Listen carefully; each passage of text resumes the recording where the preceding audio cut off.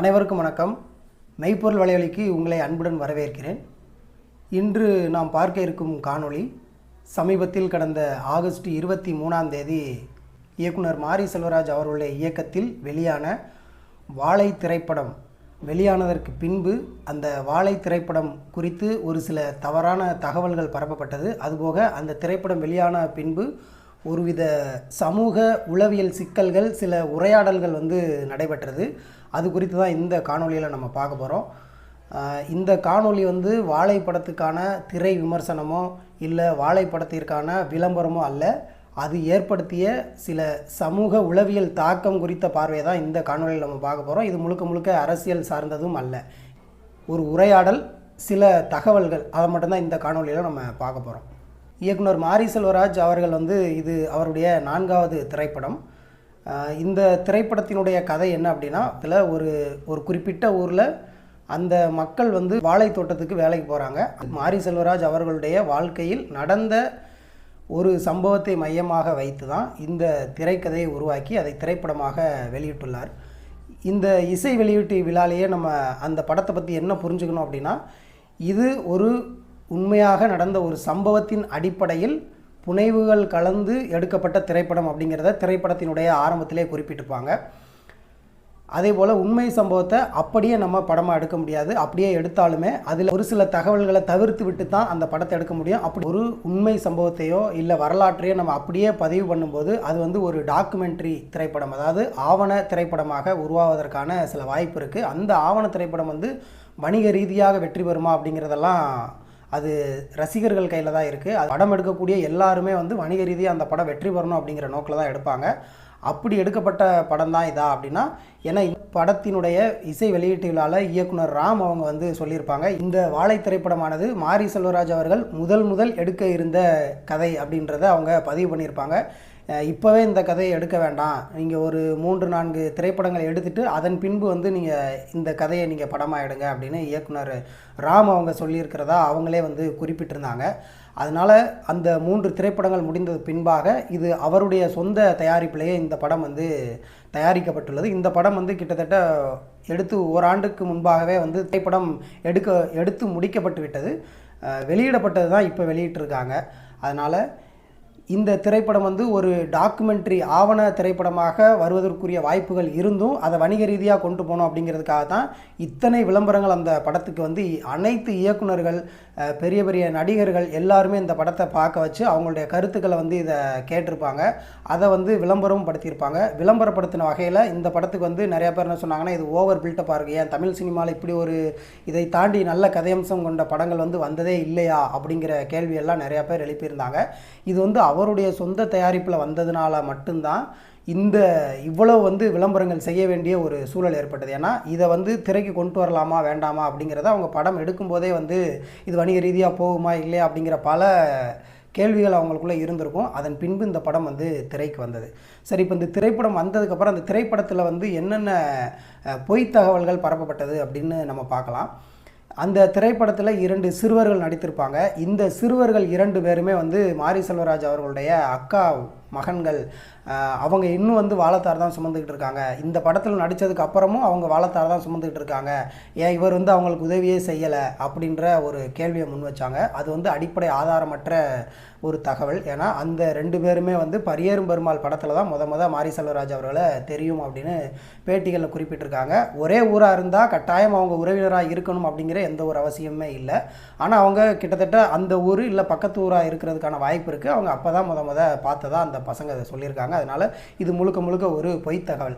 அதே போல் ஒரு நேர்காணல் ஒன்றுக்கு வாழை தோட்டத்தில் மாரி செல்வராஜும் அந்த ஊர் மக்களும் இணைந்து ஒரு நேர்காணல் நடந்திருக்கும். அந்த நேர்காணலில் அவர் என்ன குறிப்பிட்டிருந்தார் அப்படின்னா, எங்கள் வீட்டில் ஒரு 60 ஆடுகளும் 20 மாடுகளும் இருந்தது. அப்படி இருந்துமே நாங்கள் ஒரு ஏழ்மையான நிலையில் தான் இருந்தோம் அப்படின்றத குறிப்பிட்டிருந்தாங்க.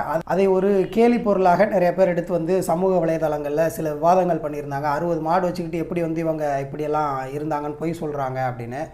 60 மாடு வச்சுருந்தாங்க அப்படிங்கிறதுக்காக எல்லாருமே பணக்காரங்கள் ஆயிட முடியாது. ஏன்னா அந்த குடும்பத்தில் எத்தனை பேர் இருக்காங்களோ அத்தனை பேர்த்தையும் படிக்க வைக்கணும். அப்படி படிக்க வைக்கிறதுக்கு அந்த ஆடுகளையோ மாடுகளையோ ஒரு விற்க வேண்டிய ஒரு சூழ்நிலையில் தான் அப்படி தான் நிறைய பேர் இருந்திருந்தாங்க. அதனால் அவருடைய வாழ்க்கையில் நடந்ததை அவர் சொல்கிறாரு. ஆனால் சிலர் வேணும்னே அவர் ஒரு குறிப்பிட்ட சமூகத்தை சார்ந்தவர், அவர் நான் இப்படி தான் படம் எடுப்பேன் அப்படின்னு சொல்லி வந்ததுனால அவர் இப்படியாப்பட்ட மனிதர் அப்படிங்கிறத மனசில் வச்சுக்கிட்டு அந்த அவர் மீது உள்ள வன்மத்தை இந்த மாதிரியெல்லாம் வெளிப்படுத்துகிறாங்க. நாங்கள் பாம்பு சாப்பிட்ருக்கோம், எலி சாப்பிட்ருக்கோம், முயல் சாப்பிட்ருக்கோம் அப்படின்றத சொல்லியிருப்பார், குறிப்பிட்டிருப்பார். அதையும் ஒரு கேலி பொருளாக எடுத்து சிலர் விமர்சனம் பண்ணியிருந்தாங்க. மேலும் அதில் குறிப்பிட்டிருந்தது என்ன அப்படின்னா, நாங்கள் உணவுக்கு அந்த காலத்தில் ரொம்ப சிரமப்பட்டோம். அப்போ சாப்பாட்டுக்கு குழம்பு கூட இருக்காது. அப்போ என்ன செய்வோம்னா, நம்ம மிளகாய் பொடியை தண்ணியில் கரைச்சி அதை சாப்பாட்டில் ஊற்றி தான் நான் சாப்பிடுவோம் அப்படின்ற ஒரு கருத்தை பதிவு பண்ணியிருந்தார். அதுக்கு ஒரு சிலர் என்ன பண்ணியிருந்தாங்கன்னா, நீங்கள் பள்ளி பருவத்தில் படிச்சுக்கிட்டு இருக்கும்போது ஆச்சி மிளகாய் பொடியோட ஓனர் ஐசக் என்பவர் நீங்கள் இருக்கக்கூடிய அந்த ஊரில் ஆதித்தனார் கல்லூரியில் படிச்சுக்கிட்டு இருந்தார். நீங்கள் எப்படி ஆச்சி மிளகாய் பொடியை நீங்கள் பயன்படுத்தினீங்க அப்படின்னு நீங்கள் சொல்லலாம். இது முழுக்க முழுக்க நீங்கள் ஒரு சம்பவத்தை சொல்கிறீங்க அப்படின்னா சொல்லுங்கள், அதுக்காக இவ்வளவெல்லாம் நீங்கள் சொல்லக்கூடாது அப்படின்னு ஒரு விமர்சனத்தை வச்சாங்க. அவர் அந்த பேட்டியில் 20 நிமிடங்கள் உரையாடி இருக்காங்க. அந்த 20 நிமிடங்களில் எந்த இடத்துலையுமே ஆச்சி மிளகாய் பொடி அப்படிங்கிறத குறிப்பிடவே இல்லை. மிளகாய் பொடின்னு தான் குறிப்பிட்டிருக்காங்களே தவிர அந்த காலத்தில் மிளகாய் பொடியெல்லாம் இல்லையா. அந்த காலத்தில் மிளகாய் எல்லாத்தையுமே பொடி பொடியாக அரைச்சி தனித்தனியாக பயன்படுத்துகிற வழக்கம் தான் இருந்தது. அப்போ இந்த கடைகளில் வாங்கக்கூடியது அரைச்சி யாராவது விற்பனை பண்ணுவாங்க, அதை தான் வாங்கியிருப்போம். ஆச்சி கண்டிப்பாக கிடையாது அந்த காலத்தில். ஆனால் இவங்க வேணும்னே ஒரு சில தவறான கருத்துக்களை பரப்பணும் அப்படிங்கிறதுக்காக அதையே ஏகப்பட்ட பேர் அந்த 20 நிமிட காணொலியையும் பகிர்ந்திருக்காங்க. இது ஒரு முகநூல் பதிவு இருக்குது, அந்த பதிவையும் பகிர்ந்திருக்காங்க.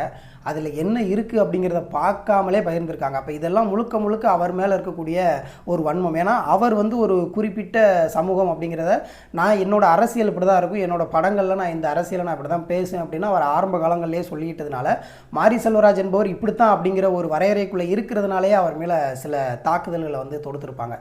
ஏன் நீங்கள் இந்த காணொலியை இப்போ பதிவிட வேண்டிய அவசியம் என்ன அப்படின்னு ஒரு சிலர் கேள்வி எழுந்திருக்கும். நம்ம அந்த படம் பார்த்து சில உரையாடல்கள்லாம் கடந்து அப்போவே நம்ம இதை பதிவு பண்ணலாம் நினச்சிருந்தோம். இப்போ அந்த படத்தை பல திரையரங்கள் எடுத்துகிட்டு இன்றைக்கி புதுசாக ஒரு திரைப்படம், விஜய் அவர்கள் நடித்த திரைப்படம் வெளிவந்திருக்கு. அந்த திரைப்படத்தை தான் எல்லா திரையரங்களையும் திரையிட்டுக்கிட்டு இருக்காங்க. இப்போ இதை ஒரு உண்மை தகவலை பரப்புனா அது ஏற்றுக்கொள்ளக்கூடியது. ஆனால் பொய்யான தகவல்களையும் வேண்டுமென்றே அவதூறு பரப்ப வேண்டும் அப்படிங்கிற நோக்கத்திலையுமே சிலர் கருத்துக்களை பதிவிட்டது தான் நம்ம இதை சொல்லியே ஆகணும் அப்படிங்கிற ஒரு கட்டாயத்தில் இந்த காணொலியை நம்ம பதிவிடுறோம். அதே போல் வாழை இந்த திரைப்படம் வெளியான போது கொட்டுக்காளி அப்படிங்கிற ஒரு திரைப்படம் உருவாச்சு. அது முழுக்க முழுக்க ஒரு ஆவணப்படம். அது பல விருதுகள் வாங்கக்கூடிய ஒரு படம் அப்படிங்கிறதுனால இதை திரையரங்கில் திரையிட்டு அந்த படம் வாழை வந்ததுனால கொட்டுக்காளி சரியாக ஓடலை அப்படின்ற ஒரு புரிதலில் எல்லாருமே வந்திருந்தாங்க. அதே போல் இந்த 2 திரைப்படங்கள் வெளியாவதற்கு முன்பாக ஜமா அப்படின்னு ஒரு திரைப்படம் உருவாச்சு. அது முழுக்க முழுக்க இந்த நாடக கலைஞர்களுடைய வாழ்வியல் தொடர்பான ஒரு படம். அந்த படத்தை நம்ம பார்க்கல, ஆனால் படம் பார்த்தவங்க உண்மையிலே ரொம்ப அற்புதமாக இருக்குது அப்படின்னு சொன்னாங்க. அந்த திரைப்படம் பல திரையரங்கில் வெளியாகலை, ஓடிடியில் தான் வெளியாச்சு. அந்த திரைப்படம் திரையரங்கிற்கு வந்தால் ஒரு மிகப்பெரிய வெற்றியை பெற்றிருக்கும் அப்படிங்கிறது பலரோட கருத்தாகவும் இருந்தது. அதே போல் வாகை சுடவா அப்படின்னு ஒரு திரைப்படத்தை இந்த திரைப்படத்துக்கு கூட இணையாக பேசுனாங்க. வாகை சுடவா அப்படிங்கிற திரைப்படம் ஒரு செங்கல் சூளையில் வேலை பார்க்கக்கூடிய தொழிலாளர்களை மையமாக வைத்து எடுக்கப்பட்ட படம். அதில் எந்த ஒரு மக்களையுமே நாங்கள் இப்படி பட்டோம் அப்படி கஷ்டப்பட்டோம் அப்படின்லாம் சித்தரிக்கலை. அது இயல்பான ஒரு வாழ்வியலை பதிவு செஞ்சுருந்தாங்க. வாகை சுடவா திரைப்படம் நம்மளும் பார்த்துருந்தோம். ஆகச்சிறந்த ஒரு படம் வாகை சுடவா. அதற்கான தீர்வையும் அந்த படத்தில் கொடுத்துருப்பாங்க. அது உண்மையிலே மிகச்சிறந்த ஒரு வரவேற்பை பெற்ற படம். நம்மளுமே அந்த படத்தை 2-3 முறை பார்த்தோம். எல்லாமே அந்த படத்தில் சிறப்பாக இருந்தது. ஆனால் அந்த திரைப்படத்தை வச்சு இந்த திரைப்படத்தை ஒப்பீடு பண்ணி அதை விட இது என்ன சிறந்த படம் அப்படிங்கிற மாதிரியான ஒரு சிலர் கருத்துக்களை பதிவிட்டிருந்தாங்க. ஆக மொத்தத்தில் ஒரு திரைப்படத்தை திரைப்படமாக பார்க்கணும் அப்படிங்கிறது தான் நம்மளோட நோக்கம். ஏன் அப்படின்னா, மாரி செல்வராஜ் எடுத்தால் தான் இந்த படம் இப்படி இருக்குது அப்படிங்கிற விமர்சனம் வரதே தவிர, இதே வேறு இயக்குநர்கள், வெற்றிமாறன் போன்ற இயக்குநர்கள் எடுத்திருந்தாங்க அப்படின்னா அது இவ்வளோ விமர்சனத்திற்குள் ஆயிருக்காது அப்படிங்கிறதா நம்மளோட கருத்து. ஏன் அப்படின்னா, இயக்குனர் மாரி செல்வராஜ் கர்ணன் அப்படின்னு ஒரு திரைப்படம் எடுத்திருந்தார். அந்த கர்ணன் திரைப்படத்திற்கு அவர் வைத்த பெயர் முத பாண்டிய ராஜாக்கள் அப்படின்னு ஒரு பேர் வச்சுருந்தார். அது சென்சார் போர்டுக்கு போகும்போது இந்த பேரை நீங்கள் பயன்படுத்தக்கூடாது அப்படின்னு சென்சாரில் சொல்லியிருக்காங்க. குறிப்பிட்டு அவர்கிட்ட சொன்னது என்ன அப்படின்னா, மாரி செல்வராஜ் இந்த பெயரை வந்து பயன்படுத்தக்கூடாது, வேறு யாருனாலும் பயன்படுத்தலாம் அப்படின்றத அங்கே இருக்கிறவங்க பதிவு பண்ணியிருந்தாங்க அப்படின்னு மாரி செல்வராஜ் ஒரு நேர்காணல் ஒன்றில் குறிப்பிட்டிருப்பார். அதே போல் அசுரன் திரைப்படம் வந்து முழுக்க முழுக்க வெக்கை அப்படிங்கிற ஒரு நாவலை தழுவி புனைவு கலந்து எடுக்கப்பட்ட படம். அதனுடைய மைய கருத்து என்னென்னா, நிலம், பட்டியல் சமூக மக்களுக்கு ஒதுக்கீடு செய்யப்பட்ட பஞ்சமி நிலம் வந்து எப்படி கைமாற்றம் செய்யப்படுது, அதில் என்ன சிக்கல் இருந்தது அப்படிங்கிறத அப்படியே பேசின ஒரு திரைப்படம் தான் அசுரன். அந்த அசுரன் திரைப்படத்துக்கு எந்த ஒரு விமர்சனமே வரல. ஏன்னா அது எடுத்த இயக்குனர் வந்து வேறு சமூகம் அப்படிங்கிறதுனால அதுக்கு பெருசாக. இதே அசுரன் கதையவே மாரி செல்வராஜ் எடுத்திருந்தார் அப்படின்னா அது மிகப்பெரிய விவாத பொருளாகவும் மிகப்பெரிய ஒரு விமர்சனத்துக்குள்ளாகவும் ஆயிருக்கும் அப்படிங்கிறதான் நம்மளோட புரிதல். ஏன் அப்படின்னா இங்கே நடந்தது அதான். அந்த அசுரன் திரைப்படத்தில் ஒரு சில வசனங்கள் வந்து மிக அழுத்தமாக பதிவு செஞ்சுருப்பாங்க. அதே வந்து மாரி செல்வராஜ் அவருடைய படங்களில் பயன்படுத்தியிருந்தார் அப்படின்னா அது கடும் விமர்சனத்துக்கு உள்ளாயிருக்கும் அப்படிங்கிறது தான் மறுக்க முடியாத உண்மை. இதற்கு முன்பாக வெளியிடப்பட்ட ஒரு சில படங்கள், குறிப்பாக காடுவெட்டி, கவுண்டம்பாளையம், திரௌபதி, இந்த மாதிரியான கதைகள் எல்லாமே வந்து ஒரு குறிப்பிட்ட சமூகத்தை எதிர்த்தும் ஒரு கட்சியை எதிர்த்தும் சில காட்சிகளும் சில வசனங்களும் வந்ததை வந்து நம்ம பலமுறை பார்த்துருப்போம். அந்த படங்களை நம்ம பார்த்ததில்லை, அதனால் அந்த படம் சம்மந்தமான எந்த ஒரு கருத்துக்களை நம்மளையுமே வெளியிட்டிருந்ததில்லை. ஆனால் இந்த படத்தை பார்த்து நீங்கள் ஏன் திரும்ப திரும்ப இப்படியே எடுக்கிறீங்க, இந்த மாதிரியே எடுக்கிறீங்க அப்படின்னு விமர்சனம் பண்ண யாருமே, தமிழ் தேசியம் பேசுகிறவங்க, சமூக நல்லிணக்கம் பேசுகிறவங்க, இவங்க யாருமே இந்த மாதிரியான படங்கள் குறித்து எந்த ஒரு விமர்சனமே பண்ணலை. ஏன்னா அது வெட்ட வெளிச்சமாக நமக்கு வந்து தெரியும். அப்படியே வந்து ஒரு சமூகத்தையும் ஒரு கட்சியையும் வந்து சில விமர்சனம் படுத்தியிருப்பாங்க அப்படிங்கிறது. ஏன்னா அந்த கட்சி மீது நமக்கு வந்து ஒரு சில மாற்று கருத்துக்கள் இருந்தாலுமே இதை வந்து படத்தில் இப்படியெல்லாம் காட்சிப்படுத்தியிருக்காங்களே அப்படின்னு யாருமே அது குறித்து எந்த ஒரு கருத்துமே தெரிவிக்காத நிலையில் வாழை திரைப்படத்துக்கு மட்டும் இவ்வளவு கடுமையான விமர்சனங்களை வந்து வச்சதை நம்ம பார்க்க முடிஞ்சது. அதே மாதிரி சாகித்ய அகாடமி விருது பெற்ற எழுத்தாளர் தர்மன் அவர்கள் வந்து ஒரு பேட்டி ஒன்று கொடுத்துருந்தாங்க. அதில் இந்த வாழை வந்து என்னுடைய கதை, நீர்ப்பள்ளி அப்படிங்கிற புத்தகத்தில் வாழையடி அப்படிங்கிற சிறுகதை வந்து நான் இந்த சம்பவத்தை வந்து குறிப்பிட்டிருக்கேன். அதை அப்படியே வந்து படமாக எடுத்திருக்காரு. அதனால் என்கிட்ட வந்து அனுமதியும் கேட்கலை, எனக்கு அதனால் ஒரு பிரச்சனையும் இல்லை அப்படிங்கிறதையும் அவங்க குறிப்பிட்டிருந்தாங்க. இந்த சம்பவத்தை பொறுத்த வரைக்கும் இது வந்து உண்மையாக நடந்த ஒரு சம்பவம். அதுவும் மாரி செல்வராஜ் அவர்களுடைய ஊரில் நடந்த சம்பவம். அதில் அவங்க இறந்த அந்த 19 பேருமே அவருடைய உறவினர்கள் மற்றும் அதில் அவங்க கூட பிறந்த அக்காவுமே ஒருத்தங்க இறந்துருக்காங்க அப்படிங்கிறது நம்ம செய்திகள் வாயிலாக அறிய முடிந்தது. இதை வந்து எல்லாத்துக்குமே ஒரு தாக்கம் ஏற்பட்டிருக்கும். புளியங்குளம் மட்டும் இல்லை, அந்த திருநெல்வேலி மாவட்டம் முழுக்க, தமிழ்நாடு முழுக்கவே ஒரு அதிர்வலையை ஏற்படுத்தியிருக்கும். அதை வந்து பலர் வந்து அந்த நேரமே பதிவு பண்ணியிருப்பாங்க. சிலர் வந்து புத்தகமாக எழுதியிருக்கலாம், சிலர் கவிதையாக எழுதியிருக்கலாம், சிலர் கட்டுரைகளாக எழுதியிருக்கலாம், இது போன்ற பதிவு பண்ணியிருக்கலாம். அப்படி தான் எழுத்தாளர் தர்மன் அவங்க அதை பதிவு பண்ணியிருக்காங்க. இப்போ இவர் கலை வடிவத்தில் அதை வந்து ஒரு திரைப்படமாக எடுத்திருக்காரு. அதனால் இந்த முழுக்க இந்த கதை வந்து தர்மன் அவர்கள் உட்கார்ந்து யோசித்து எழுதின கதையாக இருந்தது அப்படின்னா இது வந்து மாரி செல்வராஜ் அந்த கதையை திருடி எடுத்துட்டார் அப்படின்னு சொல்கிறதுக்கான ஒரு முதாந்திரம் இருக்குது. இது ஒரு உண்மை சம்பவம். அப்போ அந்த சம்பவம் நடக்கும்போது மாரி செல்வராஜ் வந்து சிறு வயது, ஒரு 13-14 வயது தான் இருக்கும். எழுத்தாளர் தர்மன் அவர்களுக்கு ஒரு 30 வயது இருக்கிறதுக்கு ஒரு வாய்ப்பு இருக்குது. அப்போ அவர் வந்து இதை ஒரு கதையாக நம்ம எழுதணும் அப்படின்னு தோணியிருக்கு. அதனால் அவர் எழுதியிருக்காரு. அந்த கதை உண்மையான நடந்த கதைங்கிறதுனால யாருனாலும் பதிவு பண்ணுறதுக்கான உரிமை இருக்குது. அந்த புத்தகத்தில் இருக்கக்கூடிய வசனங்கள் எல்லாத்துமே அப்படியே இதில் இடம்பெற்றிருக்கா அப்படின்னா அப்படியும் கிடையாது. நம்ம அந்த சிறுகதையை பார்த்தோம், இதில் இருக்கக்கூடிய உரையாடல்கள், அதில் இருக்கக்கூடிய உரையாடல்கள் எல்லாமே முற்றிலும் முழுதாக வேறுபட்டிருக்கு. ஆனால் நம்ம இந்த மாரி செல்வராஜ் அவர்கள் மீது சில வன்மவாதிகள் என்ன பண்ணியிருக்காங்க, இவர் வந்து திருட்டு கதை எடுத்துட்டார், இது திருடப்பட்ட கதை, ஏன்டா இப்படியெல்லாம் செய்கிறீங்க அப்படிங்கிற ஒரு கருத்தையும் பதிவிட்டிருந்தாங்க. அதே போல் தயாரிப்பாளர் ஒருத்தர், திருப்பூர் சுப்பிரமணியம் அப்படிங்கிற ஒருத்தர், நீங்கள் வந்து பட்டியல் சமூக மக்கள், ஒடுக்கப்பட்ட மக்களுக்காக நாங்கள் வந்து கதை எழுதுகிறோம், அவங்களோட வாழ்வியலை கொண்டு வரோம் அப்படின்னு சொல்லி நீங்கள் வந்து விலை உயர்ந்த காரில் போகிறீங்க, ஆனால் அந்த மக்கள் வந்து இன்னும் அப்படியே தான் இருக்காங்க அப்படின்னு. இப்போ இங்கே இருக்கக்கூடிய அரசு தான் இங்கே இருக்கக்கூடிய சிக்கலை வந்து தீர்ப்பதற்கான முழு அதிகாரம் பெற்றது. எந்த ஒரு இயக்குனரோ இல்லை தனிப்பட்ட நபர்களோ வந்து அவங்க ஒரு சில விஷயங்களை வந்து முன்னெடுக்கலாம். இப்போ ரஞ்சித் வந்து இந்த நீலம் பண்பாட்டு மையம் அது மாதிரி வச்சுருக்கிற மாதிரி புதிய புதிய எழுத்தாளர்களை உருவாக்குறாரு, நடிகர்களை உருவாக்குறாரு, இயக்குநர்களை உருவாக்குறாரு, பாடகர்களை உருவாக்குறாரு, இசையமைப்பாளர்களை உருவாக்குறாரு. இது போன்ற சில அவங்களால என்ன முடியுமோ அந்த வேலைகளை வந்து 2 பேருமே பண்ணிட்டு தான் இருக்காங்க. ஆனால் இவங்க எந்த ஒரு நோக்கத்தில் இப்படி ஒரு கருத்தை வந்து பதிவு பண்ணுறாங்க அப்படிங்கிறது தெரில. அதையும் சிலர் வந்து எடுத்து ஒரு வன்ம ரீதியான அவங்க மேலே வந்து விமர்சனம் வைக்கணும் அப்படிங்கிற ஒரு பார்வையிலே வந்து அணுகுறாங்க. இதை முழுக்க வந்து சமூகம் சார்ந்து அணுக வேண்டாம் அப்படிங்கிறது தான் நம்மளோட கருத்து. ஒரு படம் வந்திருக்கு, அந்த படத்தை படமாக பாருங்கள், அதில் இருக்கக்கூடிய சில கருத்துக்கள் இருக்குது, உண்மை சம்பவம்னா அதில் இதெல்லாம் தவிர்த்து இருக்கலாம் அப்படின்னு வேணால் நம்ம சொல்லலாமே தவிர, இவரை வந்து இப்படி தான் அப்படின்னு ஒரு வட்டத்துக்குள்ளே வச்சுக்கிட்டு ஒரு படைப்பாளருக்குன்னு ஒரு படைப்பு சுதந்திரம் இருக்குது, அந்த படைப்பு சுதந்திரத்தின் அடிப்படையில் தான் நம்ம எல்லாருமே அதை அணுகணும் அப்படிங்கிறது தான் நம்மளோட பார்வை. வாழை திரைப்படத்தை வந்து கடுமையான விமர்சனத்தை வந்து வச்சாங்க. இந்த படம் இப்படி இருக்குது அப்படி இருக்குது அந்த மாதிரியான ஒரு சில விமர்சனங்களை வச்சாங்க. அப்படியெல்லாம் கிடையாது படம். அந்த படத்தில் முழுக்க முழுக்க வாழை தோட்டத்தில் வேலைக்கு போகக்கூடிய மக்களோட இயல்பு, அது வந்து ஒரு படம் மாதிரியே இருக்காது. அது அந்த திரைப்படத்தில் அந்த திரைப்படத்துக்கூடையே நம்ம போகிற மாதிரியான கதைக்களம் தான் அங்கே இருந்திருக்கும். அதனால் அதுக்கு ஒரு முடிவு இருந்திருக்காது.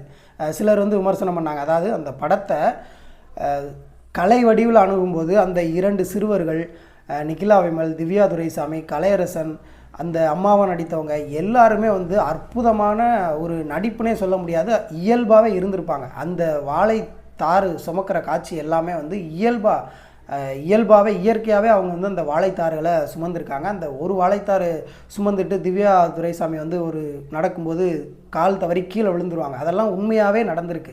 அதை அப்படியே வந்து காட்சிப்படுத்தியிருக்காங்க. அதையுமே பல இடங்களில் வெளிப்படுத்தியிருப்பாங்க. இந்த படத்துக்கு வேலை பார்த்த அத்தனை பேரும், நடித்த நடிகர்கள், தொழில்நுட்ப கலைஞர்கள் எல்லாருமே வந்து ஆகச்சிறந்த உழைப்பை கொடுத்துருக்காங்க. அந்த உழைப்பை வந்து கொச்சைப்படுத்துகிற விதமாக தான் சிலர் வந்து வேணும்னே நாங்கள் கருத்துக்கு சொல்கிறோம் அப்படிங்கிற பேரில் இந்த திரைப்படத்திற்கான ஒட்டுமொத்த வன்மத்தையும் கக்கியிருக்காங்க அப்படிங்கிறதான் நம்மளோட பார்வை. இது ஒரு திரைப்படம் வந்து அதை திரைப்படமாக அணுகணும். ஒரு வரலாற்று தகவலையோ இல்லை நடந்த சம்பவத்தை நான் ஆவணப்படமாக எடுக்கிறேன், இது வந்து நடந்த உண்மை சம்பவத்தை நான் அப்படியே படமாக எடுக்கிறேன் அப்படின்றப்போ அதில் ஒரு சில தகவல்கள் வந்து வரல, இடம்பெறாமல் போயிடுச்சு அப்படின்னா அதில் நம்ம குறை சொல்கிறதுக்கு, விமர்சிக்கிறதுக்கு நியாயமான கருத்து. ஆனால் ஒரு திரைப்படத்தை ஒரு சம்பவத்தை மையமாக வச்சு புனைவு கலந்து எடுக்கப்பட்ட திரைப்படம் அப்படின்றது தான் யார் எடுத்தாலுமே அந்த வார்த்தையை குறிப்பிடுவாங்க. ஏன்னா அதன் பின்பு வந்து வெளியிட்டது பின்பு இந்த படத்தில் இப்படி இருக்குது, இந்த தவறு இருக்குது அப்படின்றத ஒரு சிலர் குறிப்பிடுவாங்க. அப்படிங்கிறதுக்காகவே இது உண்மை சம்பவம் ஆனால் வந்து புனைவு கலந்து எடுக்கப்பட்ட திரைப்படம் அப்படிங்கிறத தான் பதிவு பண்ணுவாங்க. அதே மாதிரி தான் இந்த படத்துலேயும் அப்படி பதிவு பண்ணியிருந்தாங்க. அதே போல் அந்த புளியங்குளத்துக்கு அருகில் இருக்கக்கூடிய உண்மை சம்பவம் என்னென்னா, அந்த லாரி விபத்து 1999 நடக்கும்போது பேட்மா நகரம் அப்படிங்கிற ஒரு ஊரில் இருந்து மக்கள் வந்து அந்த விபத்து நடக்கும்போது வந்து காப்பாற்றினாங்க, அதை வந்து பதிவு பண்ணாமல் விட்டாங்க அப்படின்னு ஒரு சிலர் வருத்தப்பட்டாங்க. அது உண்மையிலே ஏற்கக்கூடியது. ஏன்னா அந்த சம்பவம் நடக்கும்போது இந்த இதை பதிவு பண்ணியிருந்தாங்க அப்படின்னா அது உண்மையிலேயே எல்லாத்துக்குமே அது வேறு மாதிரியான ஒரு புரிதலில் போயிருப்பாங்க. அது ஒன்று வந்து சிலர் வருத்தத்தோடு பதிவு பண்ணியிருந்தாங்க, அதை நம்ம ஏற்றுக்கொள்ளலாம். ஆனால் உண்மை சம்பவத்தை அப்படியே நம்ம காட்சிப்படுத்தவும் முடியாது. அதில் சில வெளியாகும்போது சில சிக்கல் இருக்கும். அதை தவிர்க்கிறதுக்காக அவங்க அதை தவிர்த்திருக்கலாமோ அப்படிங்கிறது நம்மளோட பார்வையாக இருக்குது. அதனால் எந்த திரைப்படம் வந்தாலும் பெரும்பாலும் என்ன சொல்லுவாங்க, நாங்கள் வந்து 3 மணி நேரம் வந்து வாரத்தில் 6 நாள் வேலை பார்த்துட்டு ஒரு நாள் வந்து விடுமுறையை கழிக்கிறதுக்காக நாங்கள் தியேட்டருக்கு போகிறோம், எங்களுக்கு வந்து படம் வந்து இப்படி இருந்தால் நல்லா இருந்திருக்கும் அப்படின்னு ஒரு சிலர் கருத்து வச்சாங்க. தமிழ் சினிமா வந்து முன்னாடி ரீதியாக பல படங்கள் வந்து வெற்றி படங்கள் கொடுத்தாலுமே ஒரு பொழுதுபோக்காக இருந்த தமிழ் சினிமா வந்து சமீப காலமாக ஏற்கனவே நடந்த பிரச்சனைகள், இப்போ நடந்துக்கிட்டு இருக்கக்கூடிய சில சமூக பிரச்சனைகள் குறித்து அது கதையம்சமெல்லாம் வந்து கொட்டுக்காளி, வாழை இந்த மாதிரி திரைப்படங்கள்லாம் அந்த கதையம்சம் வந்து சிறப்பாக வடிவமைச்சிருப்பாங்க. இப்போ ஒரு சில குறிப்பிட்ட ஆண்டுகளுக்கு ஒரு 5-6 வருடங்களில் தமிழ் சினிமா வந்து வேறு ஒரு பாதையை நோக்கி போய்கிட்டு இருக்கு அப்படிங்கிறத நம்மளால் உணர முடியுது. முன்னாடியெல்லாம் வந்து நடிகர்களுக்கு வந்து ஒரு மிகப்பெரிய வரவேற்பு இருந்தது. இப்போ வந்து இயக்குநர்களுக்குமே தனியாக வரவேற்பு இருக்குது. இந்த இயக்குனர் வந்து இந்த படத்தை அப்படி எடுப்பாங்க. உதாரணத்துக்கு விடுதலை படமெல்லாம் எல்லாராலையும் நல்லா பேசப்பட்டது. அது போன்ற சில கதையம்சம் கொண்ட திரைப்படங்களும் வந்து அப்பப்போ வந்துக்கிட்டு இருக்குது. சில விருதுக்கான படங்களும் வந்துக்கிட்டு இருக்குது. அதனால் ஒவ்வொருத்தருக்கும் ஏற்ற மாதிரி, இங்கே எல்லாத்துக்குமே ஏற்ற மாதிரி ஒரு படம் எடுக்கணும் அப்படிங்கிறது இயலாத ஒன்று. அதனால் திரைப்படத்தை திரைப்படமாக பாருங்கள். இதே படங்களை வேறு இயக்குநர்கள் எடுத்திருந்தாங்கன்னா இந்த விமர்சனம் வந்திருக்காது. அதனால் நம்ம சொல்கிறதெல்லாம் என்ன அப்படின்னா, ஒரு திரைப்படம் வருது அப்படின்னா அந்த திரைப்படத்தில் தொழில்நுட்பம் சார்ந்த ஏதேனும் தகவல்கள் இருந்தால் தாராளமாக பரப்பலாம். அந்த கதையில் சின்ன சின்ன குறைபாடுகள் இருந்தால் இல்லை நடிக்கிறதுல ஏதேனும் குறைபாடுகள் இருந்தால் தாராளமாக பதிவிடலாம். இனிமேல் இது போன்ற பொய் தகவல்களை வந்து பகிர வேண்டாம். வேணுமென்றே சில தகவல்களை வந்து புரிந்து கொள்ளாமல் நீங்கள் ஒரு வட்டத்துக்குள்ளே இருந்துக்கிட்டு அந்த வட்டத்துக்குள்ளே இயக்குனர் வரணும் அப்படின்னு நினைக்கிறதெல்லாம் எந்த வகையில் நியாயம் அப்படிங்கிறது தெரில. அதனால் இந்த திரைப்படத்தை பொறுத்த வரைக்கும் அதை ஒரு திரைப்படமாக அணுகிட்டு அதில் உள்ள தொழில்நுட்ப குறைபாடுகளை நம்ம சொல்லலாம். தேவையில்லாத கருத்துக்களையோ இல்லை வேண்டுமென்றே வந்து இது போன்ற ஒரு உளவியல் தாக்கத்தை ஏற்படுத்தணும், உளவியல் பிரச்சனையை ஏற்படுத்தணும் அப்படிங்கிறதுக்காக யாருமே வந்து கருத்துக்களை பதிவிட வேண்டாம் அப்படின்னு மெய்ப்பொருள் வலைவலி சார்பாக கேட்டுக்கிறோம். இந்த காணொளியினுடைய நோக்கம் வந்து முழுக்க முழுக்க ஒரு சமூக உளவியல் தாக்கத்தை ஒரு ஏற்படுத்தக்கூடிய உளவியல் உரையாடலை வந்து மக்களுக்கு தெரியப்படுத்தணும் அப்படிங்கிறதுக்காக தான் இந்த காணொளியினுடைய நோக்கம். அதனால் உறவுகள் வந்து இந்த காணொளியில் என்ன இவர் இப்படியெல்லாம் பேசியிருக்காரு, இப்படியெல்லாம் கருத்து சொல்லியிருக்காரு அப்படின்னு யாரும் வந்து இந்த காணொளியில் தேவையில்லாத பதிவுகளை வந்து பதிவிட வேண்டாம் அப்படின்னு கேட்டுக்கிறேன். ஏன்னா இந்த காணொளி எடுக்கிறதுக்கு முன்னாடியே பல முறை யோசித்து தான் இந்த காணொலியை நம்ம பதிவிடுறோம். ஏன்னா நிறைய பேர் நம்மகிட்ட முகநூல்லையே வாக்குவாதம் பண்ணியிருந்தாங்க. நம்ம நண்பர்களே நிறையா பேர் வந்து ஒரு சில சிக்கல்களை வந்து புரியாமல், இல்லை நீங்கள் இன்னும் அதிலே இருக்கீங்க, அதிலேருந்து மீண்டு வாங்க. ஒரு சிலர் என்ன சொன்னாங்கன்னா, ஏற்கனவே நடந்து போயிடுச்சு, அந்த நடந்து போன விஷயத்தையே நீங்கள் திரும்ப திரும்ப நினைவூட்டுற மாதிரி இல்லையா அப்படிங்கிற இதெல்லாம் முன் வச்சாங்க. ஒரு சிலர் அதை மறக்க நினைப்பாங்க முன்னாடி நடந்ததை. ஒரு சிலர் வந்து அந்த வழி வந்து இருந்துக்கிட்டே இருக்கும். அந்த வழியை வந்து திரைமொழியில் கடத்துறது தான் மாரி செல்வராஜ் அவர்களுடைய வேலை அப்படின்னு அவர் பல இடங்களில் குறிப்பிட்டிருக்காரு. இதே நீங்கள் வந்து நடிகர் தனுஷ், இல்லை மிகப்பெரிய நடிகர் சூப்பர் ஸ்டார் ரஜினிகாந்த் அவங்கெல்லாம் அவங்களுடைய படத்தினுடைய இசை வெளியீட்டு விழாவின் போது அவங்க பல அவங்க எப்படியெல்லாம் அடிபட்டு வந்தாங்க, அவங்க வாழ்க்கையில் என்னென்ன சிக்கல்லாம் நடந்தது அப்படிங்கிறத சொல்லுவாங்க. அதை வந்து நம்ம கைதட்டுறோம், அதை சிரிக்கிறோம், அதை வந்து நம்ம ஏற்றுக்கிறோம். ஆனால் இது போன்ற பட்டியல் சமூக மக்கள்லேருந்து வெளிவரக்கூடிய ஒரு சில திரை இயக்குனர்கள் வந்து அதை வந்து காட்சிப்படுத்தும் போது அது வந்து கடும் விமர்சனத்துக்குள்ளாகுது.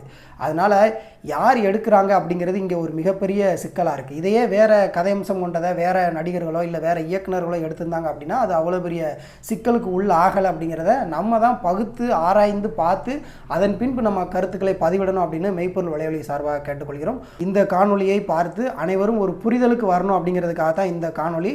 புரிந்து கொண்டதற்கு அனைவருக்கும் நன்றி.